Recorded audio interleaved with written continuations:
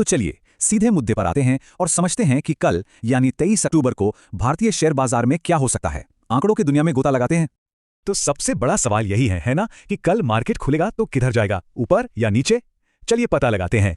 तो देखिए, मोटा मोटा अनुमान यह है कि मार्केट साइडवेज रहेगा, मतलब एक दायरे में घूमेगा, लेकिन झुकाव थोड़ा सा ऊपर की तरफ यानी तेजी की तरफ है। अब सवाल यह है कि ऐसा क्यों, आइए इसी को समझते हैं। ठीक है, तो इस पूरी पिक्चर को समझने के लिए हम 5 हिस्सों में बात करेंगे।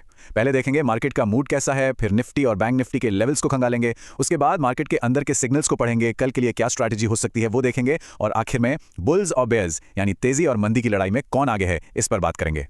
तो चलिए सबसे पहले देखते हैं कि आज जब बाजार बंद हुआ तो क्या कहानी बनी, क्योंकि कल का खेल तो आज के स्कोर पर ही शुरू होगा। तो देखिए, आज मार्केट का हाल मिला जुला सा रहा। एक तरफ निफ्टी 50 वाह लगातार 5वें दिन ऊपर बंद हुआ, जो कि एक बहुत ही मजबूत साइन है। लेकिन दूसरी तरफ बैंक निफ्टी थोड़ा सा लाल निशान में बंद हुआ। अब इसका क्या मतलब है? मतलब ये कि मार्केट में एक कंफ्यूजन है। चलिए इसी को आगे सुलझाते हैं। चलिए अब आते हैं असली मुद्दे पर। निफ्टी और बैंक निफ्टी के वो कौन से इंपॉर्टेंट लेवल्स हैं, कौन से वो आंकड़े हैं जिन पर कल सबकी नजरें टिकी रहेंगी। तो ये रहे वो लेवल्स, एक तरफ निफ्टी 50, दूसरी तरफ बैंक निफ्टी। ये जो सपोर्ट लेवल्स है ना, ये वो सेफ्टी नेट है जहां से बाजार के बाउंस होने की उम्मीद है, और ये जो रेजिस्टेंस है ये वो दीवार है जिसे तोड़ने में बाजार को थोड़ी मशक्कत करनी पड़ सकती है। इन लेवल्स को ध्यान में रखना कल बहुत जरूरी होगा। अच्छा, ये तो हो गई ऊपर ऊपर की बातें। अब थोड़ा और गहराई में चलते हैं और देखते हैं कि पर्दे के पीछे क्या चल रहा है। डेटा हमें क्या इशारे दे रहा है। चलिए मार्केट के सीक्रेट सिग्नल्स को डिकोड करते हैं। सबसे पहले बात करते हैं इंडिया विक्स की। इसे हम मार्केट का फियर मीटर या डर का मीटर भी कहते हैं। सिंपल भाषा में यह बताता है कि ट्रेडर्स को अगले एक महीने में मार्केट में कितनी ज्यादा उठापटक की उम्मीद है। और ये देखिए, विक्स का नंबर है 11.30। ये काफी कम है। इसका सीधा सा मतलब है कि मार्केट में फिलहाल शांति है। ट्रेडर्स को कोई बड़ा भूचाल आने का डर नहीं सता रहा, और जब डर कम होता है तो बाजार या तो स्थिर रहता है या फिर धीरे धीरे ऊपर की तरफ जाता है। अब ऑप्शंस का डेटा देखिए, यहां कहानी थोड़ी और दिलचस्प हो जाती है। निफ्टी का पीसीआर 0.97, मतलब ट्रेडर्स यहां थोड़ा सा कॉशियस हैं, मंदी की तरफ देख रहे हैं। लेकिन बैंक निफ्टी का पीसीआर 1.14 है, जो कि एक मजबूत तेजी का संकेत है। तो ऐसा लग रहा है कि कल का शो शायद बैंकिंग स्टॉक्स ही चलाएंगे।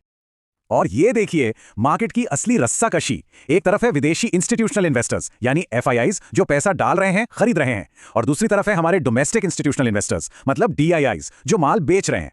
अब सवाल यह है कि इस खींचतान में बाजार किसकी तरफ झुकेगा।